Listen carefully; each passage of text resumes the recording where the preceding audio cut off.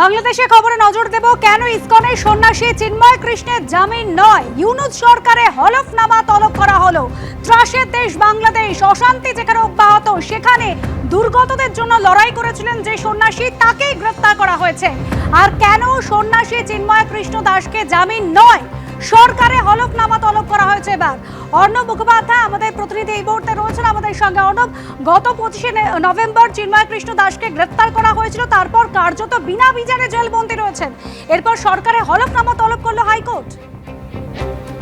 একদমই, দেখো আজকে চিন্ময় ব্রহ্মচারীর আজকে জামিন মামলার শুনানি হচ্ছিল হাইকোর্টে, এবং সেই কারণে সেখানে চিন্ময় ব্রহ্মচারীর পক্ষে যিনি মুখ্য আইনজীবী ছিলেন অপূর্ব ভট্টাচার্য, তিনি আদালতের কাছে যেটা বলেন যে তার বিরুদ্ধে যে রাষ্ট্রদ্রোহের অভিযোগ আনা হয়েছে, সেই রাষ্ট্রদ্রোহের অভিযোগ তার বিরুদ্ধে হতেই পারে না। তার কারণ এক্ষেত্রে সরকারের তরফ থেকে কোনো বক্তব্য বা সরকারের তরফ থেকে কোনো অভিযোগ দায়ের করা হয়নি।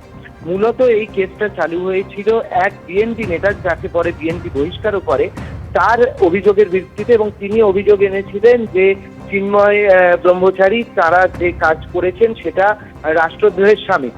তো সেই জায়গা থেকে অপূর্ব ভট্টাচার্য তিনি বলেছেন আজকে আদালতে যে এই ধরনের কোনো কাজই চিন্ময় ব্রহ্মচারী করেননি, এবং আইনগত দিক থেকেও এটা হতে পারে না। তার কারণ হচ্ছে যদি কোনো ব্যক্তির বিরুদ্ধে রাষ্ট্রদ্রোহের মামলা হয়, সেক্ষেত্রে রাষ্ট্রের বক্তব্য কিন্তু জরুরি। তার কারণ হচ্ছে এই ধরনের কেসেতে সরকার কোনো অভিযোগ কিন্তু চিন্ময় ব্রহ্মচারীর বিরুদ্ধে আনেনি।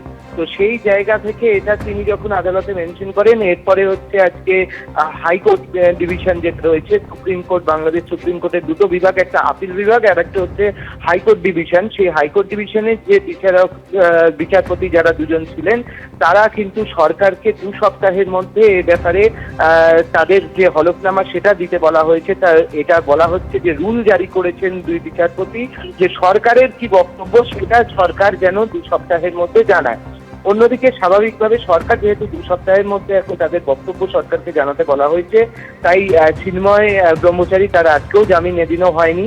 কিন্তু এইটা একটা জায়গা যেখানে তোমার আদালতের যারা বিচারপতিরা রয়েছেন তারা কিন্তু সরকারের কাছে এর আগে বারবার করে চিন্ময় কৃষ্ণ দাস তার জামিনের আবেদনের শুনানি পিছিয়ে গিয়েছে, এবার যে হলফনামা তলব করা হলো 2 সপ্তাহের মধ্যে, তাহলে কি কিছুটা হলো আশার আলো দেখা যাচ্ছে? অর্ণব,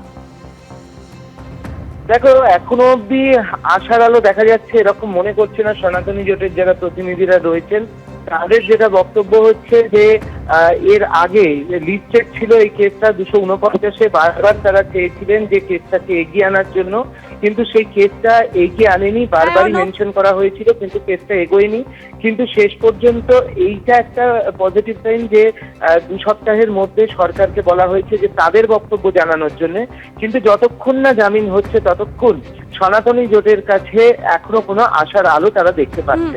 ধন্যবাদ অর্ণব।